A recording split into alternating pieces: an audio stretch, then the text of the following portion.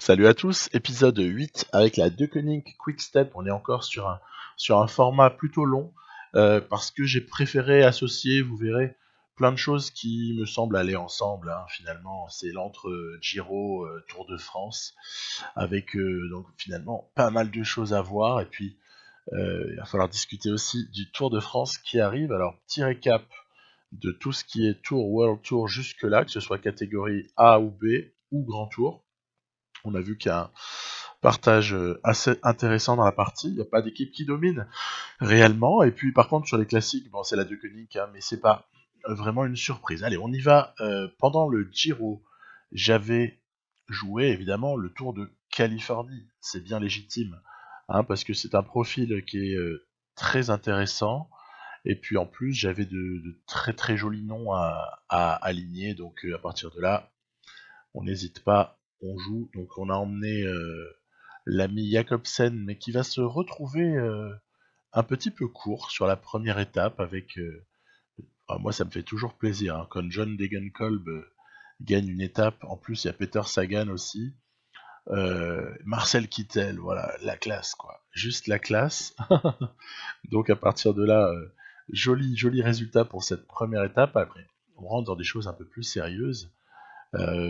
Puisque la deuxième étape, elle se termine au sommet. C'est un profil de Tour de Californie, pour ceux qui se souviennent, que j'avais déjà joué avec la Lotto Soudal. C'est sur l'année 2021, donc c'était il n'y a pas si longtemps que ça. C'était Benoît à la fin qui renverse le truc. On l'évoquera un peu plus tard. Qui le renverse aussi en partie parce qu'il était exceptionnellement bien accompagné sur ce Tour de Californie. On a, c'est une évidence, pas exactement les mêmes caractéristiques de coureurs qui accompagnent celui qui peut être très très clairement notre leader, Julien Alaphilippe, sur ce Tour de Californie. En tout cas, c'est comme ça que j'y vais. Pas les mêmes caractéristiques des mecs autour. C'est pas manquer de respect à Gilbert ou à Lampart, par exemple, ou à Stibar, que de signaler que ils n'ont pas exactement les mêmes aptitudes que un Hirschi, un Omen, que sais-je encore.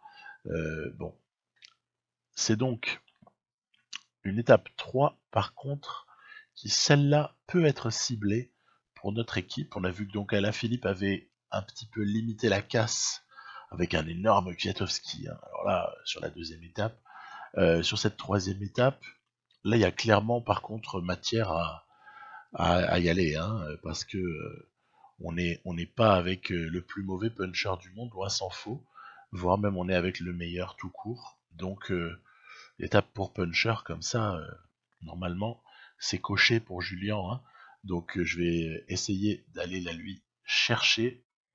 Ça va être le cas, pas de mystère. Victoire d'Alaphilippe sur cette étape 3, même si derrière le Kvyat il est chaud comme la braise, il revient, mais il revient super bien.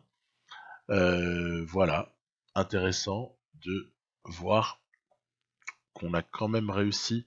Alors ce Tour de Californie, il est évidemment disputé sans pic de forme. On n'est pas là pour cibler le Tour de Californie dans notre année. Le Tour de Californie, c'est quelque chose qui fait plaisir. C'est une petite sucrerie en passant, mais c'est certainement pas un objectif. Donc on est en préparation du Tour de France. Vous avez aperçu, je pense, les barres de préparation. Voilà. Donc, allons-y. J'avais eu un problème d'enregistrement sur l'étape 4, c'est ce contre-la-montre de plus de 30 km, qui nous avait quelque part forcément un peu éloigné au niveau du classement général. Il pouvait pas en être autrement. Et puis en plus, vous savez, malheureusement, même avec les weekly saves et tout ça, j'ai même pas réussi à récupérer. Mon image a été totalement foirée. Bref, voilà. Donc je vous avais mis le résultat, ainsi que l'influence au général. On a ensuite une étape 5, là où on a vu que Alexander Christophe s'est imposé, comme sur Gant Wevelgem en réalité, au sprint. Et puis on voit que voilà, notre Julien national, il est 5e, derrière les deux Sky notamment, au moment d'aborder une étape 6 qui, elle, est super intéressante. 200 km avec énormément de montées, mine de rien, et au final assez peu de descentes. Alors c'est un type d'étape sur lequel on peut éventuellement tenter des choses.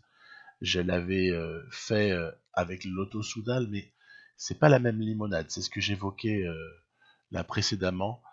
C'est pas la même limonade avec. Voilà, vous voyez, j'ai envoyé Vacoch et Gilbert à l'avant. Évidemment, Philippe Gilbert, il est missionné pour tenir le plus longtemps possible devant.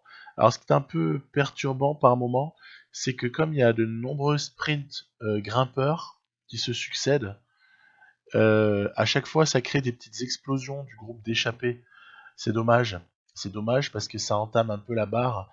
Parce que soit vous participez au sprint, bah, soit vous participez pas. À chaque fois, il y a un trou à reboucher. C'est un peu pénible.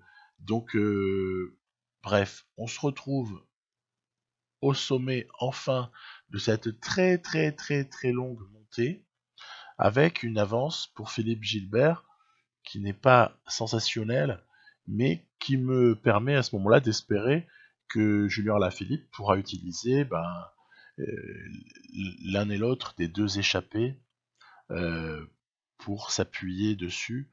Mais regardez en fait, mon plan il va tomber à l'eau pour une raison très précise, c'est que derrière la Sky a énormément accéléré le tempo, ce qui fait que non seulement le fait de faire décrocher Vacoq et Gilbert ne s'est pas avéré très très payant, mais en plus les échappés sont repris. Il y a vraiment du Kwiatkowski Froome là qui sont mais quasi intouchables hein, sur ce tour de Californie. Gilbert n'a vraiment rien su faire de cette échappée, c'était pas possible. La Sky ne laissait pas assez d'espace. Vous voyez là encore une attaque de Kwiatkowski qui va être bien délicat à reprendre. Néanmoins, la Philippe, que j'ai choisi d'économiser quand même le plus longtemps possible, même si c'était un peu délicat. Donc Kwiatkowski a démarré, mais c'est Froome, hein, bien sûr, qui s'est imposé devant un échappé, puis son compère Kwiatkowski. Bref, ultra domination Sky en Californie. C'est très très délicat de pouvoir un peu exister hein, par rapport à ça, ce qui fait qu'en fait je suis super content d'être déjà avec un Alaphilippe en 3e position. Il est quand même devant Mollema, de Nice, etc., Moscone. Bon, et on va boucler la boucle avec l'étape 7, qui est plutôt destinée aux sprinters. Donc on a bien compris que le général, il est amené à ne pas bouger. Et puis cette étape 7, eh bien, elle va se passer entre compagnons d'échappée. C'est Oliver Nassen qui va la chercher. Et puis nous derrière, ben voilà, on se contente d'accompagner. De toute façon, j'allais pas sprinter pour une 7e place, c'est ridicule. Donc Jacobsen, pas très rentabilisé hein, sur ce tour de Californie. Grosso modo, on a fait ce qu'on a pu, mais c'était pas bien facile, un petit maillot de grimpeur là pour Philippe Gilbert, et puis au final, ce que je retiendrai, 3e place de Julien Alaphilippe. Allez, c'est pas si mal. Je crois que les deux autres étaient un peu intouchables, de toute façon. Alors après, forcément, il y a une réflexion qui doit se mener par rapport au Tour de France. Pourquoi? Parce que c'est le moment de réfléchir et d'ajuster les préparations. Quand vous êtes en fin de Californie, là, il faut essayer de prévoir un peu les choses. J'ai ciblé sur le Tour de France qui allait suivre. On verra si on change après de parcours ou pas, mais je vous explique quel a été mon raisonnement. Étape 2, en fait, c'est une classique ardennaise un petit peu. L'étape 3, c'est un peu une classique flandrienne, si on peut dire les choses ainsi. Donc je vous ai signalé toutes les étapes qui peuvent être des étapes dans lesquelles il y a des différences qui se font. L'étape 7, elle est quand même intéressante avec cette arrivée du côté des Rousses. Hein, elle est propice à quand même la création d'écarts au classement. Après, il y a une arrivée au sommet du côté de Morzine, Avoria. Bon, très bien. encore une fois, danger, arrivé au sommet. Attention, hein, il y a un petit replat quand même sur la fin. Donc on peut peut-être éventuellement attaquer avant la fin de la montée. Après l'étape 9, Saint-Jean-de-Maurienne, intéressant, intéressant. Un profil qui n'est pas du tout dissuasif pour mes coureurs, quels qu'ils soient. Ensuite, sur la deuxième partie de ce Tour de France 2010, hein, je le rappelle, hein, 2010, il y a comme ça une fameuse arrivée du côté de la côte de la Croix-Neuve, hein, la montée l'Orange à la Berre. Ok, on a l'habitude de ce type d'étape sur le Tour de France. C'est un classique, si j'ose dire. Après, dans la foulée, une petite arrivée, enfin dans la foulée, à l'étape 14, arrivée au sommet, encore du côté de Axe 3 Domaines, avec le port de Paillères avant, donc dangereuse hein, celle-là, hein. Elle peut créer des écarts. Par contre, la 15, c'est plutôt un truc où les punchers doivent pouvoir s'en sortir. On pense notamment à Julien Alaphilippe, hein, à manière de Luchon, là, ça pourrait être tout à fait son truc. Ensuite, rebelote pour l'étape du lendemain, où seuls les bons grimpeurs passeront, et après ça peut se régler sur la vitesse. Donc là aussi, Alaphilippe, il est tout à fait concerné. Par contre, le lendemain, il n'est pas invité. Hein. Le lendemain, le seul qui est invité dans notre équipe, c'est éventuellement Henrik Mas ou Bob Jungels pour ce qui est de limiter la casse. Voilà, hein, donc ça c'est vraiment assez clair. Sommet du Tourmalet, bonjour. Et puis il y a une étape 19 qui est en fait la 20e parce qu'ils ont 20 étapes plus un prologue cette année-là. C'est un contre-la-montre relativement plat de 52 km. Alors, qui chez nous peut performer? Ben, très clairement, moi j'ai pensé à Alaphilippe pour les étapes et pour le soutien. Jungels, si on se dit qu'il peut faire un joli CLM et peut-être s'être installé d'abord en ayant le maillot, ça peut s'envisager. Ou sinon, Henrik Mas, si on joue plutôt la carte des arrivées au sommet, plus le côté puncher qui n'est pas non plus mauvais chez lui. Hein. Donc on a des arguments. On a des arguments, mais il faut prendre en compte les préparations, parce que elles sont ce qu'elles sont. J'avais prévu certaines choses en début de saison, et puis ça a un peu évolué. De ce fait, on a des états de prépa juste après la Californie, que je vous ai mis au niveau des points de préparation. Vous savez qu'il faut arriver jusqu'à 100, hein, puis le pic de forme se déclenche. Et ça m'a fait prendre quelques décisions, notamment le sacrifice du Dauphiné, surtout, et un petit peu du Tour de Suisse. Qu'est-ce que je veux dire par là? C'est-à-dire qu'en fait, il y a des gars parmi nos coureurs qui vont pas aller sur le Dauphiné. Je pense à Jungels, à Alaphilippe. Mas, ça changera rien. Ça changera rien pour lui d'aller en Suisse, donc on va l'envoyer en Suisse. Mais par contre, vous voyez un Philippe Gilbert, un Stibar, un Lampard que j'aurais envoyé hein, pour accompagner, ben eux, ils sont zappés de certaines courses. J'ai réduit. Il n'y a que Lampard hein, qui ira sur le Dauphiné parce que ça ira pour le pic de forme. Mais je me dis que j'ai besoin d'emmener comme ça des costauds, même s'ils ne sont pas estampillés grimpeurs tous, bien évidemment. C'est pas grave parce qu'en fait, le Tour de France, je l'ai prouvé, je pense, avec l'Auto Soudal, ça se gagne pas seulement avec des grimpeurs en accompagnement, ça se gagne aussi avec de solides rouleurs, de solides coureurs de classiques qui vont comme ça apporter sur des étapes vallonnées ou sur des étapes même de plaine qui comportent certaines difficultés ou une certaine longueur. C'est avec des Lampard, Stibar, Gilbert que mine de rien vous allez consolider le positionnement au classement général d'un Alaphilippe, d'un Jungels, d'un Mas, surtout Jungels, Mas hein, bien sûr. Donc moi, très clairement, je vous ai mis quels étaient mes calculs. Je pensais vraiment, Jungels, j'ai pas pu faire mieux que pique le 27. C'est impossible de faire plus tard.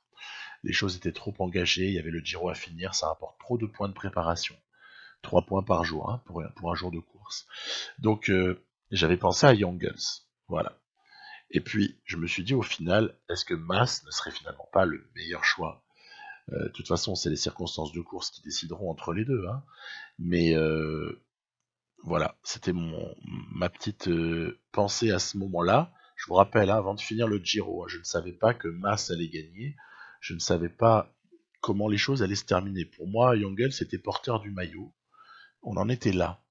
Et donc ça a forcément un petit peu influencé la suite, parce que du fait de mes petits calculs de l'époque, eh bien, il a fallu du coup se passer de certains éléments. Par exemple, sur le Dauphiné, je pense qu'on était sur le Dauphiné, on était capable d'aller chercher la gagne. On était vraiment capable de la chercher. Un petit duo à la Philippe Jungels avec victoire de Jungels, c'était un truc que je pouvais tout à fait envisager. Sauf que si j'avais fait ça, je faisais encore plus une croix sur le Tour de France qui allait suivre. Et j'ai préféré privilégier le Tour de France. J'espère que ça vous chagrinera pas trop. Donc le Dauphiné, on y va dans la peau d'une équipe de sprinters, tout simplement. C'est Hodge qui est notre sprinter numéro 1, avec Ricky Eze en poisson pilote. Excellent poisson pilote, Ricky Eze. Lampard pour finalement rouler très fort dans les derniers kilomètres, derniers hectomètres parfois. Et enfin, si c'était la réalité, ce serait les derniers hectomètres. Mais dans le jeu, vu que la distance, elle est un peu dilatée hein, par rapport au sprint à l'arrivée, ça devient les derniers kilomètres, bien sûr. Donc on est avec, voilà, on est sur le mode équipe de sprinters. Et puis pour le général, je compte, attention, ne rigolez pas, je compte sur Casper Asgreen. Voilà. Ouais, je sais, ça choque. Mais c'est le meilleur grimpeur que j'ai dans sur ce Dauphiné. C'est le meilleur grimpeur que j'ai. Autant dire qu'au général, on s'attend pas à casser des briques.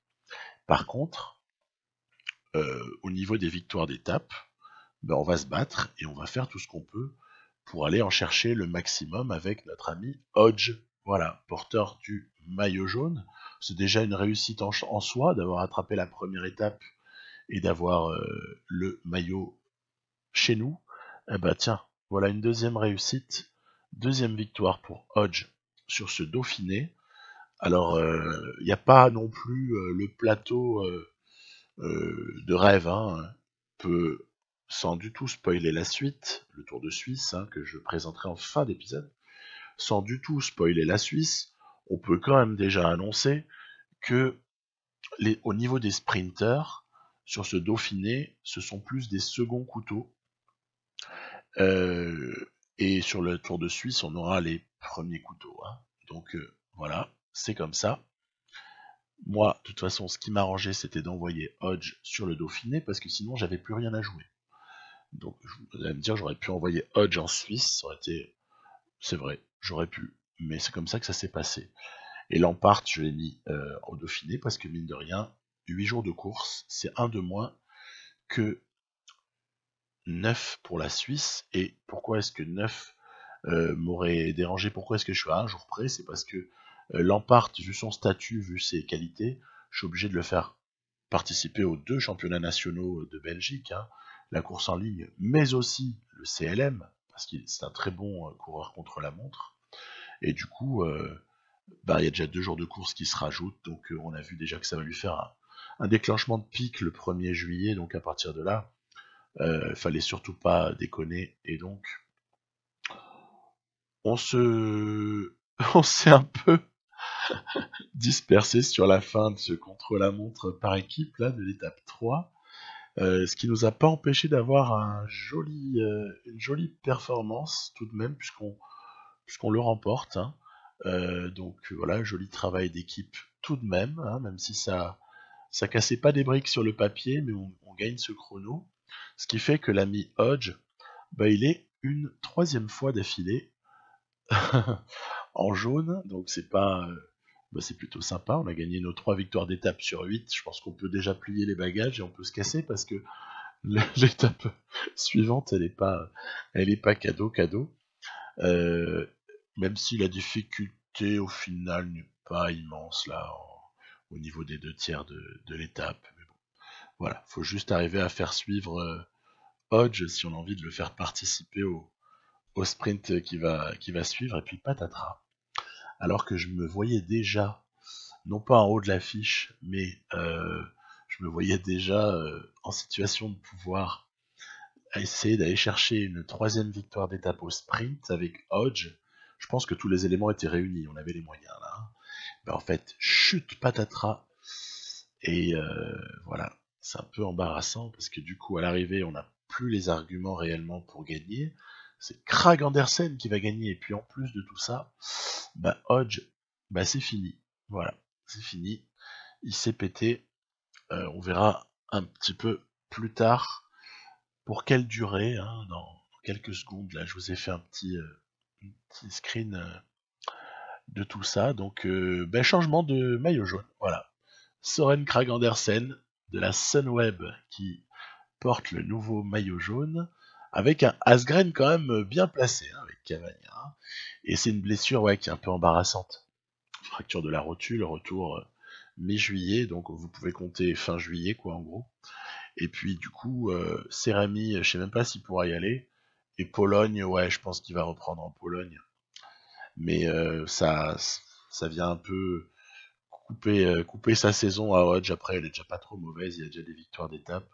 Il est jeune, je lui applique le plan de développement où on dépasse pas un certain nombre de courses parce qu'on a envie de voir des petits progrès chez ce garçon. Il est peut-être un des sprinteurs majeurs futurs de cette équipe, même sûrement, hein, si on le conserve, mais moi j'ai envie de le conserver.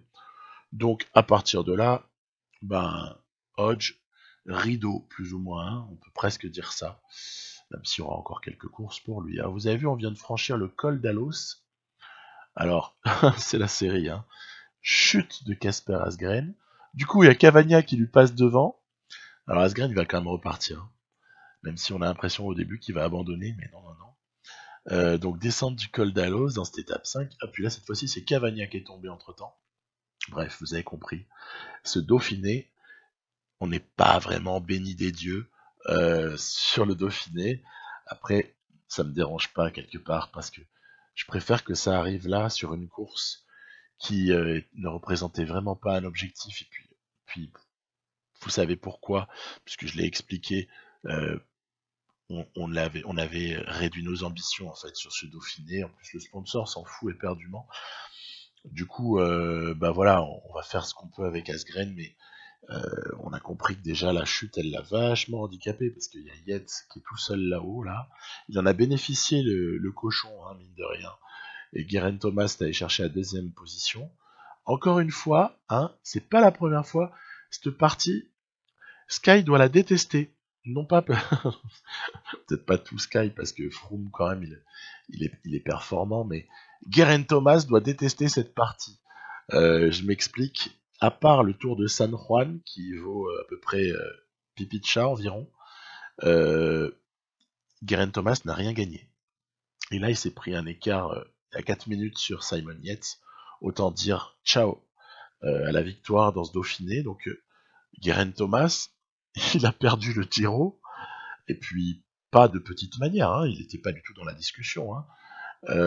Il a été aussi place d'honneur sur Tirreno, sur Catalogne ou Pays Basque, je sais plus un des deux.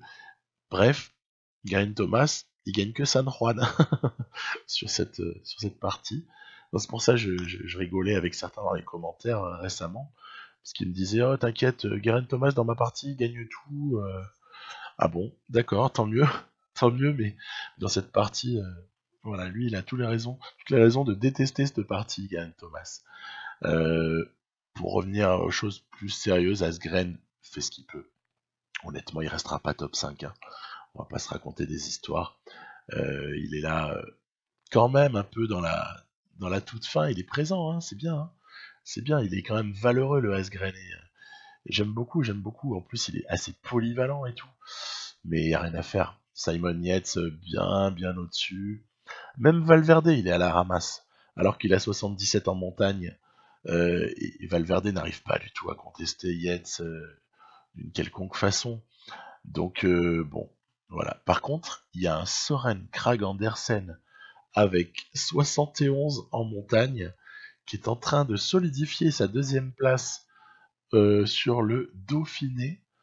On croit rêver. Attendez, c'est pas fini. C'est pas fini. Il y a encore l'étape 7 et l'étape 8. on peut peut-être encore assister à un truc rigolo. Donc voilà, un peu de brouillard, c'est rigolo, des conditions apocalyptiques sur cette étape 7, qui en plus est déjà joliment dessinée, hein. Elle n'est pas faite pour se la couler douce, elle est plutôt destinée à de sacrés grimpeurs. Allez, je bascule pas trop loin avec Asgreen. Après, il y a des forts pourcentages là au début de la montée finale. Je vois que ça part massivement en plus, hein. Voilà, ça va partir très fort. Pas les moyens de partir avec. Si je pars avec, je vais le tuer le pauvre.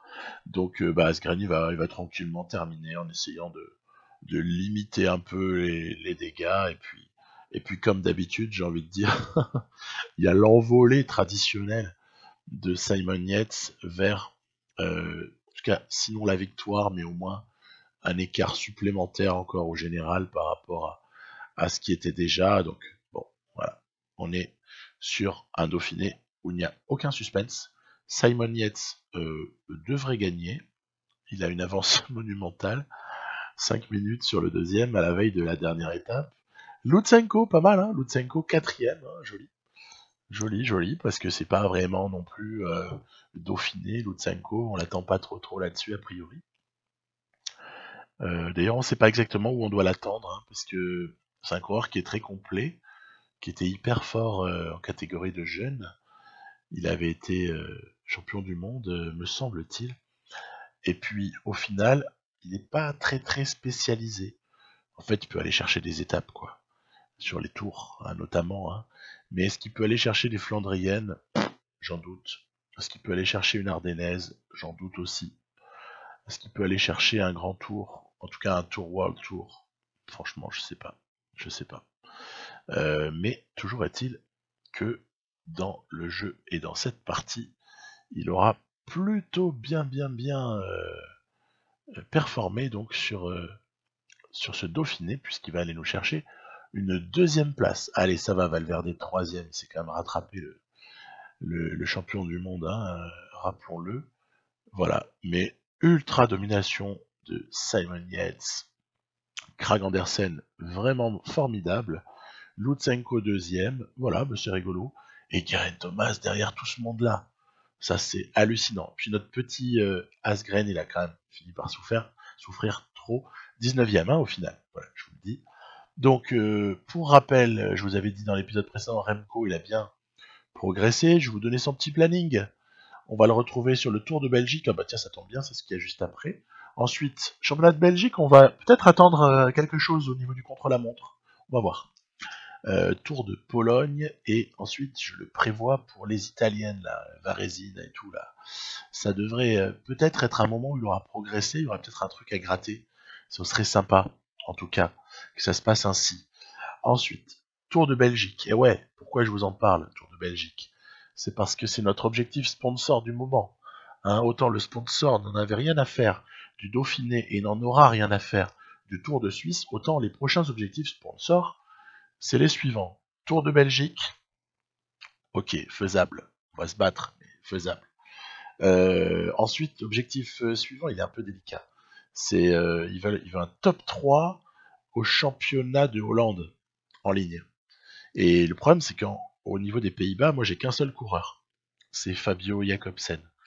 Donc sprinter qui va devoir s'emmener tout seul pour aller chercher un top 3. Honnêtement, allez, j'ai 2-3 doutes sur la possibilité de remplir cet objectif-là.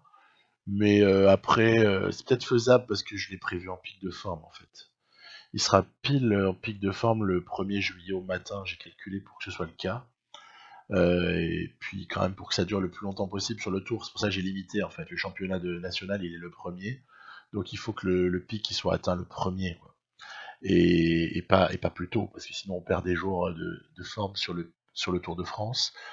Je l'ai emmené aussi, ouais, petite parenthèse, je l'ai emmené sur le Tour de France Jacobsen, parce que j'avais besoin, je me suis dit allez t'emmènes un sprinter quand même. Puis après avec nos rouleurs, nos coureurs phénoménaux de type soit Stibar, Lampard, Gilbert, Alaphilippe, Il y a vraiment pas besoin d'emmener un poisson pilote pour Jacobsen. Je préfère vraiment emmener des costauds et puis après croiser les doigts sur la montagne, on verra bien. On verra bien ce qu'il advient. Mais tout ça c'était pour vous parler de Jacobsen, voilà, qui, euh, qui va devoir remplir un objectif, un drôle d'objectif. Hein. Dites-moi, ça va être pas évident du tout d'aller chercher top 3 parce qu'on peut pas rouler sur des échappées, on peut rien faire. Bref, ok. Victoire dans l'étape 2 pour Julien Alaphilippe. Est-ce surprenant? Pas réellement, puisque c'est ce tour de Belgique au final, alors qu'on aborde l'étape 3 qui est une des deux principales étapes. Hein. Ce tour de Belgique, c'est un tour de vraiment de deuxième catégorie, de par le calendrier, parce que cette partie elle est basée sur le calendrier de la World DB19 là pour l'année 2019, et de ce fait, il y a chevauchement entre Tour de Belgique et Tour de Suisse et Dauphiné. Donc en gros, vous retrouvez sur le Tour de Belgique des gens qui ne sont allés ni sur Dauphiné ni sur Suisse. Autant dire, il n'y a pas grand monde quoi. Il n'y a pas grand monde. C'est pour ça que bon, c'est pas si on gagne, c'est pas non plus un truc à se rouler par terre et à exulter pendant 4 heures quoi. Hein. Parce que c'est juste à la limite victoire attendue et autre chose qu'une victoire serait considéré comme un échec. Hein. Voilà. Donc je vous ai dit, prochains objectifs, c'est donc il faut gagner ce Tour de Belgique. Il faut également faire un top 3 au championnat du Pays-Bas, donc je l'ai dit, avec Jacobsen. De toute façon, on n'a pas le choix, c'est le seul Hollandais. Et puis un truc un poil plus réalisable, voire même dans nos cordes, c'est top 3 au championnat de Belgique. Championnat en ligne, hein, toujours pareil, hein, pas d'objectif sur les championnats CLM dans cette partie. On aurait pu envisager hein, avec Yves Lampart, hein, essayer d'aller, même si normalement il y a Campenard hein, qui est un peu intouchable, mais voilà. Donc voilà les prochains objectifs, et puis l'objectif qui suivra sera top 5 sur le Tour de France. C'est pour ça que j'ai cogité pour ce Tour de France, parce que on peut pas se permettre de laisser les choses au hasard. Top 5, on l'aura pas en faisant n'importe quoi. Hein. Il faudra vraiment se bouger les fesses. Alors vous avez vu victoire d'étape de Gilbert sur cette étape 3, mais en fait c'est une victoire vraiment que je considère moi comme minable, parce que en fait j'ai préjugé des forces de Gilbert, je l'ai échappé. Il était là avec presque 2 minutes d'avance sur les secteurs en sortie de dernier secteur pavé et tout ça. Puis en fait après il s'écrase complètement. Il s'est effondré. À tel point que franchement, ben voilà, tiens, on mérite pas d'avoir le maillot.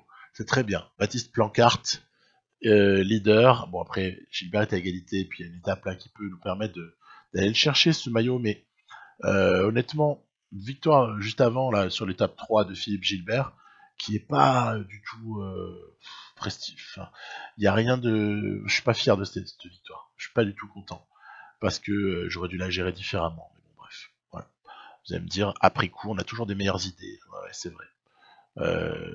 Mais c'est vrai que moi, en plus, mon truc, c'est de vraiment jouer les courses et puis je reviens jamais quoi. Je reload pas. Hein. Je cherche pas à améliorer un truc que j'ai fait ou gna gna gna quoi. Sinon, c'est sûr que si je la rejoue, l'étape 3, je sais exactement quoi faire. Je sais exactement quoi faire. Plutôt réservé en fait pour attaquer sur la fin. Deuxième passage dans la redoute. On est sur l'étape 4. Décidément, sympa d'aborder la côte de la redoute là. Il y a O'Connor qui se sent pousser des ailes. Il avait pris cher la veille sur les pavés, donc il a un petit différentiel au classement en général. Hein. Il n'y a pas de menace immédiate. O'Connor donc s'est en allé, puis en fait on va faire rouler Julien Alaphilippe parce que comme ouais, je me suis dit allez, Julien il a plein d'autres victoires, il en aura plein d'autres. Hein, on va viser des choses un peu sur le Tour de France, après on ira essayer d'aller taper la Classica Saint-Sébastien. On a peut-être le Tour de Lombardie en fin d'année pour Alaphilippe. Hein. Donc des victoires il en a, des victoires il en aura probablement. C'est bien de travailler pour Gilbert dans ce Tour de Belgique. Gilbert, il a eu entre guillemets que Paris-Roubaix jusque-là, donc c'est bien d'essayer d'aller lui chercher autre chose. Donc voilà, bah, c'est ce que j'ai fait. J'ai travaillé pour Gilbert Et puis au final, bah, c'est super serré, hein, parce qu'il y a prise de roue là, de Bataglin là, qui est chaud, c'est bien, il est bon. On l'avait déjà vu dans le Tour de Turquie précédemment, là, dans cette partie. Tour de Turquie, il était chaud comme la braise, Bataglin. Et là, c'est pareil, il est bon, hein. Donc Gilbert va gagner cette étape, mais vraiment, bon, alors là, ça se joue à rien, quoi. Vous savez sur quoi ça se joue? Sur la barre jaune. Voilà. Uniquement sur la barre jaune qui reste. C'est ce qui fait que Gilbert, il l'emporte. Barre jaune plus position légèrement devant les autres, bah, il conserve parce que plus personne n'a de barre rouge. Voilà, point. Régler le truc. Donc victoire de Gilbert. Prise du maillot par le fait que Baptiste Plancart a un peu lâché sur cette étape 4. Et du coup, à la veille, au matin même de l'étape 5, ben voilà, hein, maintenant on sait qu'on a 13 secondes. On sait pas vraiment comment on peut se faire renverser sur ce type de situation, hein, bien sûr. Donc voilà, ben, on y va tranquille. Hein. Il n'y a pas lieu de s'affoler ni de s'énerver. Il y a eu notamment un excellent Morkov sur ce Tour de Belgique. Beaucoup apprécié ce coureur. Très très précieux Morkov. Morkov, c'est un peu dans un registre. En plus, Morkov sur pavé, il n'est pas dégueulasse. Hein. Morkov, c'est quelqu'un qui est super précieux, c'est poisson pilote, vraiment, vraiment intéressant à la Richiese, mais je vous dis avec les pavés en plus, parce que Richiese, c'est pas forcément un coureur de Flandrienne, mais Morkov, vraiment type de coureur là qui n'est pas très connu, mais qui en fait est quasiment indispensable dans des équipes comme ça, quoi. D'avoir des véritables soutiers, des mecs qui vont au charbon pour que les stars ensuite puissent briller. Hein. C'est vraiment ça le topo. Donc voilà, Philippe Gilbert a rempli l'objectif de la Deceuninck Quick Step et l'on va enchaîner avec le Tour de Suisse. Alors sur le Tour de Suisse, ben oui, Mas, il est en pic de forme. Vous allez me dire, mais c'est n'importe quoi, t'es en décalage total. Ouais, je sais, mais ça va se recaler bientôt. Et ça va se recaler, et puis voilà, c'est comme ça pour cette année. J'ai modifié les plans en cours d'année, et forcément ça a créé des décalages. Voilà. Ça a créé des décalages, mais bon, allez. Si quelqu'un a quelque chose à redire sur le fait que Mas n'ait pas été en pic de forme sur le Giro, je l'attends, parce qu'il a gagné. Donc à partir de là, voilà, les doléances, voilà, c'est pas pour moi. C'est pas pour moi du tout. En fait, on est capable de gagner sans pic de forme, il n'y a pas de problème. Donc à partir de là, c'était un peu le bordel dans la prépa, je le conçois, mais je pense que je me suis trop dépêché en fait en tout début de partie et je vous promets que 2020 sera un petit peu mieux ficelé, un petit peu plus à mon habitude de prévoir les choses à l'avance, alors que là j'ai été obligé de coller des sparadraps à droite à gauche. Et voilà, jolie performance de Mas sur ce prologue magnifique, troisième place, franchement il me fait kiffer. Henrik Mas, waouh. Il se positionne derrière Dumoulin et Froome. Et puis, alors là par contre, faut pas se leurrer. L'étape 2 là, de ce Tour de Suisse dans cette version, bah franchement, c'est pas une étape 2 sur laquelle on va chercher à faire des différences particulières parce que honnêtement, on sait très bien comment elle termine. Même un Viviani, s'il était là, il serait capable de gagner. Il y a beaucoup de sprinters qui sont capables de gagner cette étape-là, parce qu'en fait, euh, la montagne, enfin la haute, l'école hors catégorie là sont situées bien trop loin de l'arrivée pour qu'on puisse vraiment leur accorder une importance prépondérante. Quoi. Donc à partir de là, moi je vais pas tuer Henrik Mas, surtout qu'il n'est pas supra accompagné, donc voilà. Par contre, je me permets un petit amusement là, c'est dans la toute dernière difficulté du jour, voir qui est-ce qui est capable de suivre. Voilà. C'est juste mon petit jeu, et puis après, hop, tu coupes mon grand. Voilà. Allez, gardez la position.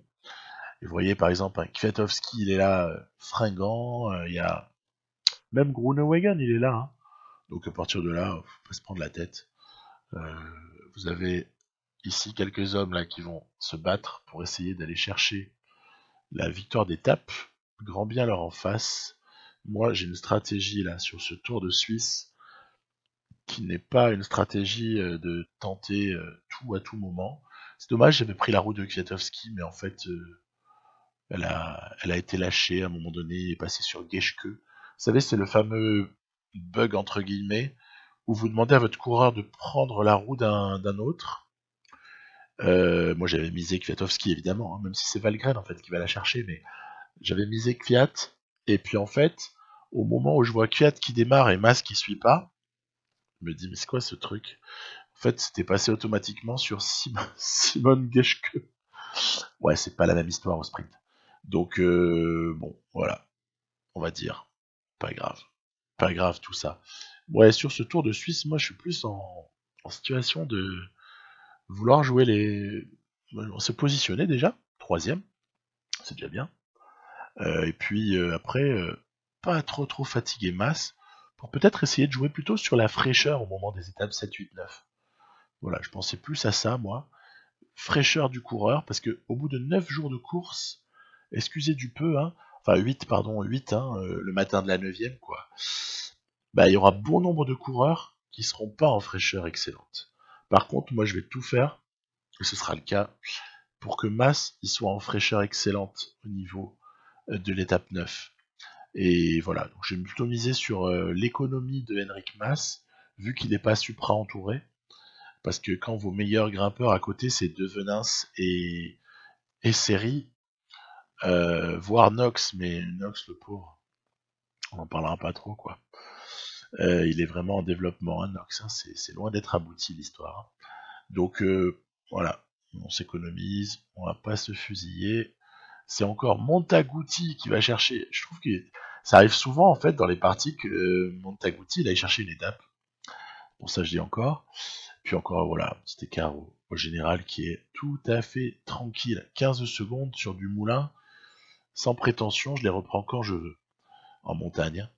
Par contre, les secondes sur Froome, c'est pas la même histoire à reprendre. Mais 15 secondes sur du moulin, laissez-moi rire. Donc c'est pas du tout alarmant. Tiens, possibilité de bordure dans cette étape 4. Très intéressant, vent qui semble arriver de soit trois quarts gauche, soit côté gauche, vu le positionnement du peloton.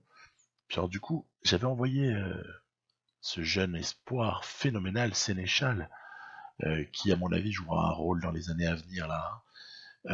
J'avais envoyé Sénéchal, et puis du coup je me suis dit, mince, il m'aurait fallu Sénéchal pour essayer de créer des bordures. J'avais besoin d'un rouleur supplémentaire. On va essayer de faire le truc, c'est rigolo. Essayer de placer en éventail, essayer de faire lâcher, de fermer la porte, etc. Mais c'était pas évident, c'est pas évident. Mais c'est pour ça que le résumé est un peu plus long que d'habitude sur une étape de plaine où normalement je serais quasiment allé au sprint direct. C'est parce qu'en fait, je voulais parler de ces bordures là qui avaient moyen de créer. Et vous allez voir que sur la fin, on va réussir à en provoquer. On va réussir à les provoquer. Donc à des moments, je zigzague sur la route pour essayer de coûter plus d'efforts à. Bah, notamment, il y a la Jumbo Visma là, qui est bien présente aussi. Bah, c'est normal, il y a Groenewegen. Hein. Et sur le. On n'est pas dans le final. Hein. On n'est pas dans le final. Hein. C'était le panneau des 1 km. Mais vous voyez, il y a un moment donné où on a réussi à en provoquer une. Et derrière, il y a des gens qui sont piégés. Hein. Froome, il est à l'avant avec nous, il n'y a pas de problème. Mais Dumoulin, par exemple, s'est fait attraper. Hein. Et vous voyez, il y a la Jumbo Visma donc, qui s'est un peu alliée à nous pour faire de la bordure dans cette étape. Je trouve que c'était sympa, c'était sympa. Faut que je pense à en faire un peu plus souvent des bordures, parce que c'est les moyens de taper très fort sur les épreuves comme ça par étape.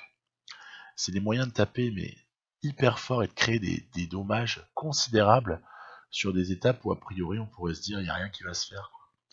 Et c'est comme ça que, regardez, tout le monde est tellement fatigué de la manière dont l'étape s'est passée que au sprint, Mas, il va chercher une deuxième place. Voilà. Alors que normalement, cette étape, elle aurait jamais dû aller avec un Froome 3, un Mas 2 et un Kwiatkowski 1. Ça aurait dû être Groenewegen, Gaviria, je rigole, hein, pour schématiser, voilà, ça aurait dû être ces types-là. Et ben c'est pas le cas. Voilà, parce qu'en fait il y a eu énormément de coureurs qui ont été piégés. Et ben voilà, je trouvais que c'était intéressant pour une fois d'avoir un petit peu autre chose sur l'étape de plat. Comptez sur moi, dès qu'il y aura de nouveau du vent latéral ou du vent trois quarts, je reprovoquerai des bordures et j'en parlerai. Alors on continue, bah là par exemple pas de chance. Pas de chance du tout, pas de vent. Moi j'aurais aimé d'avoir du vent. Eh ben, il faudra repasser. Donc étape 5 sans vent, du coup moins intéressante, du coup bah on va essayer d'aller se placer pour un sprint éventuel, mais bof quoi. J'ai pas vraiment d'espoir parce que je sais très bien qu'on n'a pas de sprinter là avec nous. Il y a pour des histoires de jours de course, hein, je vous l'ai dit, hein, Jacobsen, je voulais pas le faire venir, quoi.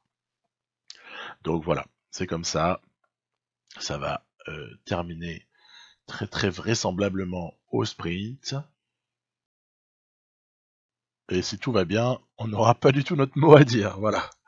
C'est bien normal, de toute façon, encore une fois, on n'est pas réellement venu pour sprinter. Alors ça n'empêche pas quand même d'essayer de se positionner pour, sur un malentendu, essayer d'aller gratter une place, quelque chose. Bon, voilà, hein, on a compris. Pas de suspense. Groenewegen, tiens, comme c'est bizarre et comme c'est mérité. Voilà, comme c'est logique, disons en tout cas. Voilà, c'est donc un sprint pour l'équipe Jumbo-Visma. Équipe complète, hein, s'il en est. Une équipe sur laquelle j'ai décelé au final qu'une seule faiblesse, finalement, dans leur équipe la 2019. La seule faiblesse, c'est que je les vois mal être armés comme il se doit sur une flèche wallonne ou Liège, et encore Liège avec nouveau tracé. Si ça avait été l'ancien tracé, ils étaient pas très armés, mais là, avec le nouveau tracé, autant ils le sont. Donc non, équipe super complète. Alors, on continue. Étape suivante. On est sur la 6. L'étape 6, bah, vous voyez, c'est toujours pareil. On n'a pas réellement le terrain pour taper fort. Alors, quand je vois quand même le Kvyat qui se barre, je prends sa roue hein, avec Mas, bien sûr. Derrière, il y a le Canadien Woods. Et puis après, j'essaie de prolonger un petit peu l'aventure pour voir quoi. Hein, pour voir si le peloton des favoris va commettre une erreur et nous laisser nous en aller ou si au final on va être repris. Ben voilà. Hein, on va être repris sous l'impulsion de la Lotto Soudal. Et puis du coup après derrière je me dis allez roue de Sagan. C'est toujours une bonne roue Sagan. Hein, de toute façon il n'y a pas à tortiller. Roue de Sagan. Mais en fait il y a Kwiatkowski qui s'est barré mais loin loin loin. Bon et du coup quand Sagan part, ben, comment vous expliquer Mas, il n'est pas tout à fait armé pour aller aussi vite. D'ailleurs, Sagan a grillé la politesse à Kwiatkowski. Voilà, victoire de Peter Sagan. Magnifique, magnifique. Et le Tour de Suisse, c'est une épreuve sur laquelle Peter Sagan, il en a gagné des étapes. Il en a gagné un paquet. Hein. Donc il n'y a rien d'illogique à ce que quasiment à chaque Tour de Suisse qu'on dispute, il y en a une pour Sagan. Hein. Donc en tout cas, le général n'a pas évolué. Par contre, là, il risque d'évoluer. Il y a un contre-la-montre de 24,4 km individuel sur terrain vallonné. Alors c'est pas nécessairement un truc qui nous déplaît, parce qu'on a évidemment vu déjà, notamment dans le Giro, que Henrik Mas, ben, il est potentiellement hyper performant sur ce type d'exercice. Après, il y a un paramètre. Hein. Il y a un paramètre un petit peu chance, un facteur chance, qui est la forme du jour. Et là, on voit que par exemple, il a obtenu une forme du jour plus 1, qui n'est même pas à la hauteur de ce qu'on aurait été en droit d'espérer. Alors évidemment, ça réduit vachement sa capacité à performer. Hein. Mais c'est comme ça. Quand on a plus 5, on est heureux, mais on dit rien. Mais quand on a plus 1, bah, il faut aussi accepter et surtout ne pas oser râler, puisque la chance, on en a eu à des moments. Et en l'occurrence, la saison d'Henrik Mas, si elle s'arrêtait maintenant, elle serait déjà une réussite, puisqu'il est allé chercher un des 3 grands tours, ce qui est pour moi déjà, pour un coureur qui n'en avait jamais gagné auparavant, est largement satisfaisant. Le temps de Mas n'est pas pourri, hein, il fait 7, il fera 8 si Froome passe devant, on va voir ça tout de suite. Est-ce que Froome va passer devant Mas? Certainement. Et par contre, Froome a perdu du temps sur Dumoulin. Dumoulin, waouh, tape un grand coup et s'empare du classement général. Et ouais. Et Mas perd une petite place. Une 30 sur Dumoulin. Ah là là, je veux pas vexer des gens, mais j'ai pas peur de une 30 sur Dumoulin. Par contre, même 40 secondes sur Froome, ça me calme beaucoup plus facilement en fait. Parce que je sais que Dumoulin, on peut le faire exploser. Dès lors qu'on arrive en haute altitude, il peut exploser. Et les 2 dernières étapes de ce Tour de Suisse, Confédération helvétique, sont évidemment des rendez-vous en haute altitude, avec arrivée au sommet. Là, c'est une arrivée à Verbier. Verbier, c'est un endroit qui m'est cher. Verbier, j'ai souvent été à Verbier. C'est amusant d'avoir cette arrivée-là. Alors, est-ce qu'on va répliquer aux attaques? Non, certainement pas. On va pas répliquer aux attaques. On va surtout se contenter d'y aller avec un effort soutenu. Vous avez vu Yannox qui a dû abandonner, le pauvre, sur cette étape-là. Décidément, hein, dans cet épisode, entre le Dauphiné et le Tour de Suisse, on n'a pas été épargné. Hein, et puis vous voyez, en fait, on a repris les échappés, entre guillemets, les échappés parmi les favoris. On les a repris assez aisément. Mas, c'est vraiment de l'or en barre. Hein. C'est vraiment exceptionnel à jouer. Il y a quand même Froome qui s'accroche, là, regardez. Il y a Michael Woods aussi. Mais à part Froome et Woods, derrière, Dumoulin, il est en train, voilà, ça y est. Hop là, quand ça pédale comme ça, c'est que ça capitule. Dumoulin ayant capitulé, vous allez me dire, ouais, pourquoi t'as pas utilisé toute ta barre, gna gna gna. Bah, écoutez, j'ai fait ce que j'ai pu. À l'arrivée, c'est vrai qu'il en reste un tout petit peu de jaune et de rouge. J'aurais pu peut-être tenter un truc un poil avant vis-à-vis de Christopher Froome, plutôt que le régler au sprint. Et puis c'est un sprint qui vaut rien en fait, hein, puisque c'est un sprint pour la 6e place. Voilà, bon ben oui, c'est vrai, j'avoue que on a effectué un rapproché, hein. On est revenu 3e, ce qui est déjà bien, mais sans pour autant taper le grand coup qu'on aurait pu taper, mais sait-on jamais. Et puis ceci était avec une petite forme, hein. Faut quand même pas l'oublier. Et Mas, là, cette fois-ci, dans l'étape 9, se retrouve carrément en forme 0. Donc voilà, on peut pas dire que l'aléatoire aura été en notre faveur sur ce coup-là. C'est le moins qu'on puisse dire, hein. En tout cas, l'aléatoire, pas de notre côté. C'est pas grave. Une fois qu'on a utilisé les uns et les autres, j'ai fait descendre le Série qui avait été envoyé devant exprès pour l'économiser et pour servir de relais à Henrik Mas. Logique. On n'allait pas faire autrement là. Hein. Il y a nécessité d'être offensif. Du coup, après avoir épuisé Peter Série, on va y aller. Hein. Je crois que c'est clair. Hein. Allez Mas, tu pars. Ça y est, c'est parti. L'essentiel, ça va être de voir déjà quelle sera la réponse des autres. On voit que Dumoulin et Froome sont là. Kruijswijk, on aperçoit là, c'était 2 tirs qui avaient pris la roue dans un premier temps, 2 tirs, et Kruijswijk qui sont de là, évidemment, de la Jumbo-Visma. Je vais tenter un nouveau départ. Là, cette fois-ci en curseur, hein, sans s'affoler. Le but, en fait, c'est de saisir une opportunité qui se présente à nous. C'est ce groupe d'échappés là, qui est assez important en nombre pour qu'il y ait des mecs pour rouler. Surtout qu'après, il y a une descente. Du coup, voilà, c'est bon, on a réussi, Froome et Mas ont réussi à intégrer ce groupe, et Dumoulin, on voit, a du mal, il fait tout le boulot tout seul. Ben voilà, c'est typiquement le piège, le pauvre Dumoulin, c'était dans ce piège-là qu'il fallait pas qu'il tombe. Alors Froome est dans le groupe à l'avant, et s'est fait la malle, hein, le coquin. Hein. Mas, à un moment donné, avait plus d'énergie, hein, donc c'est pas bien grave, regardez, en début d'ascension, le groupe là, je vais essayer de le réintégrer. Je vais essayer de réintégrer ce groupe Froome, plus échappé au pluriel, pour voir s'il n'y a pas moyen de rester dans ce groupe-là et de se faire porter tout en maintenant un écart sur Dumoulin qui lui par contre doit travailler seul. Regardez, même Chris White qu'il a laissé tomber.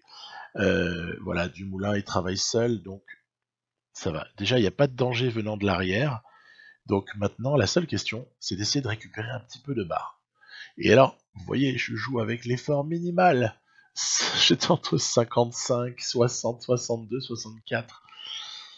Ah, c'est une lutte de tous les instants. En plus, là, il y a un replat, il y a peut-être un peu d'énergie à récupérer, là, pour voir si on pourrait pas s'accrocher à Froome, et puis sur un malentendu, non. Déjà, le malentendu, là, il est dissipé à ce stade-là, surtout que bah, ça s'en va. Voilà.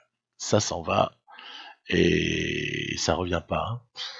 Donc, voilà, ça va être, bah, au final, victoire légère de Froome devant Geschke. Tiens, on reparle de Geschke. Mas vient faire une place, et puis surtout, il vient plus que faire une place, il vient piquer la deuxième place du général à Dumoulin, hein, et donc Froome va s'imposer sur ce Tour de Suisse. Je crois qu'il y a des fois où il faut s'avouer vaincu face à plus fort que soi, tout simplement. Froome, c'est plus fort que toi dans cet épisode, que ce soit en Californie ou sur le Tour de Suisse, voilà. Et donc, avec cette deuxième place, Mas continue à marquer des points. Je vous montrerai le classement dans pas très longtemps, UCI, pour que ça ait un sens. Euh, on est pas mal, hein. On est pas mal à ce niveau-là. Donc voilà, Tour de Suisse fini. Alors je pense que la suite, ça va être évidemment que vous allez terminer de me confirmer que vous voulez le 2019 au niveau du Tour de France. Parce que je vous ai présenté le 2010. J'aurais plein d'arguments éventuellement à donner en faveur de ce 2010. J'en donnerai juste un. C'est que le 2019, on aura 10 000 fois le temps de le jouer avec plein d'équipes. Vous voyez ce que je veux dire? 2019, on peut s'en servir pendant un certain temps. Alors que le 2010, là, c'était l'occasion. Et puis il avait un certain intérêt, je trouvais. Moi, ça m'est égal. Ça m'est complètement égal. Je joue sur le parcours que vous voulez. L'essentiel, c'est toujours d'avoir un parcours, par contre, qui est fiable, quoi. On m'a dit que le Giro, par exemple, 2019, il est merdique. Et il y a des étapes qui sont pas raccord et tout ça. Donc voilà. Par contre, ça, plan galère, non merci. Mais par contre, n'importe quel Tour de France, si vous me confirmez que le 2019, certains d'entre vous, ils l'ont testé, et qu'il n'y a pas de problème, et que machin, moi, je fais ce que vous voterez. Donc, pour la dernière fois, je vais remettre au vote. Mais j'ai déjà tenu compte des premières tendances. Hein. J'ai bien vu la réponse sur Ferrari, etc. Donc je vais remettre au vote. Le vote, il va pas durer longtemps, parce qu'il faut que je puisse installer mon truc et continuer la partie. Voilà. Il y aura aussi les championnats nationaux au début de l'épisode 9. Et puis l'autre question que je vais vous poser, c'est est-ce que vous voulez le Tour de France en un seul épisode, ou est-ce que vous le voulez en deux? Voilà. On a vu que finalement ce format qui durait 1h10 là, et vous avez enfin j'ai pas l'impression qu'il ait des masses dérangées, vous qui regardez. Donc vous me dites, mais si vous me préférez en deux fois, ce sera en deux fois. Si vous préférez en une fois, ce sera en une fois. Ça m'est complètement égal, même si du coup ça met pas quand même en jeu les mêmes volumes de fichiers à uploader sur YouTube, mais on s'en fiche complètement ça. Tout est faisable. Voilà. Bye. Bye.